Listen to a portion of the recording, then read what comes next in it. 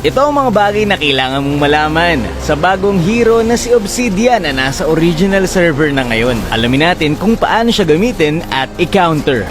Yan ang maingat na pag-aaral natin ngayon.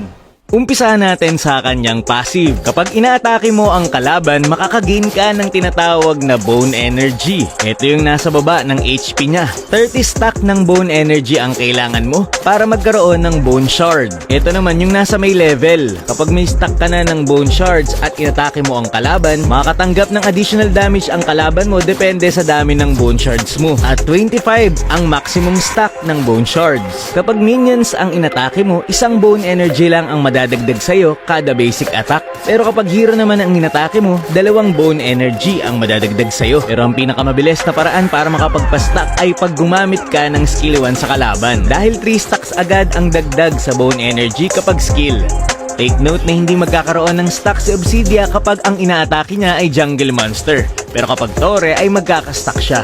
Permanent nga rin pala ang stack ni Obsidia. Kahit siya ay ma-takedown, hindi ito mababawasan. Sa skill 1 naman niya tayo, kapag ginamit mo ito, magbabato siya ng bone needle sa padiretsyong direksyon at matitrigger nito ang bone shards mo. Kaya nakadepende rin yung damage ng skill 1 mo sa dami ng bone shards mo.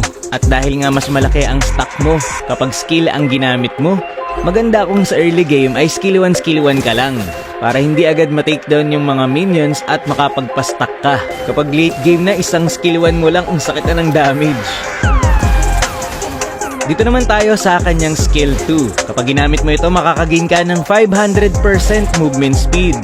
Kaya kung feeling mo ikaw ay nagdadash, hindi ka nagdadash, bumibilis ka lang maglakad. At hindi ka makakatago sa mga pader kasi nga movement speed lang ang bigay ng skill 2. Pero kapag naka-ultimate ka naman sa kalaban, makakatagos ka sa mga pader gamit ang skill 2. Yung ultimate niya, i-hook mo yung kalaban pero ikaw yung lalapit sa kanya. Pwedeng tumakbo ang kalaban mo pero hindi siya makagamit ng flicker or kahit anong dash skill.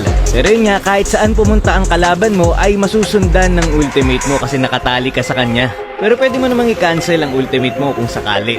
Kapag may naultihan ka rin na kalaban, bibilis ang cooldown ng iyong skill 2. Huwag mo lang gagamitin ang skill 2 mo bago ka mag-ultimate kasi hindi mo na ito may spam. Kailangan may skill 2 ka bago ka mag-ulti para may spam mo yung bilis ng lakad mo. Pag nag-ultimate ka rin sa kalaban, makakagain ka ng 5 temporary bone shard. So yan, tignan nyo mabuti, 25 yung maximum stack ng bone shard, diba? Pero nung tumama ang ultimate ko, naging 30 yung stack nito. Pero 3 seconds lang ang itinatagal nito. Take note na kapag tinamaan mo ng ultimate ang kalaban, may stun ito ng saglit kaya pwede mo itong pang-cancel ng mga skills. Sino nga ba ang counter sa kanya? Dito sinubukan ko si Karina kung gagana yung return damage ng kanyang skill 1 doon sa passive ni Obsidia. Pero yun nga, kung makikita nyo, hindi bumabalik sa akin ang damage kahit naka-skill 1 si Karina. Kay Lolita naman, kapag ikaw ay nag-basic attack, maharangan niya lahat ng bone shard mo. Pero kapag malayo ka sa kanya, hindi ka tatamaan ng bone shards. Pag malapit ka sa kanya, dun lang babalik sa'yo ang damage. Pero ang pinaka-counter talaga dito kay Obsidia ay item. Kapag yung tank naka-blade armor ay mahihirapan talaga itong si Obsidia. Lalo na kung makunat pa yung tank. Samahan mo pa ng vengeance. Nako, ang sakit talaga. Totoo lang guys, kahit hindi Beleric ang gamit nyo, basta makunat tapos naka-blade armor, ang sakit na talaga dito kay Obsidia.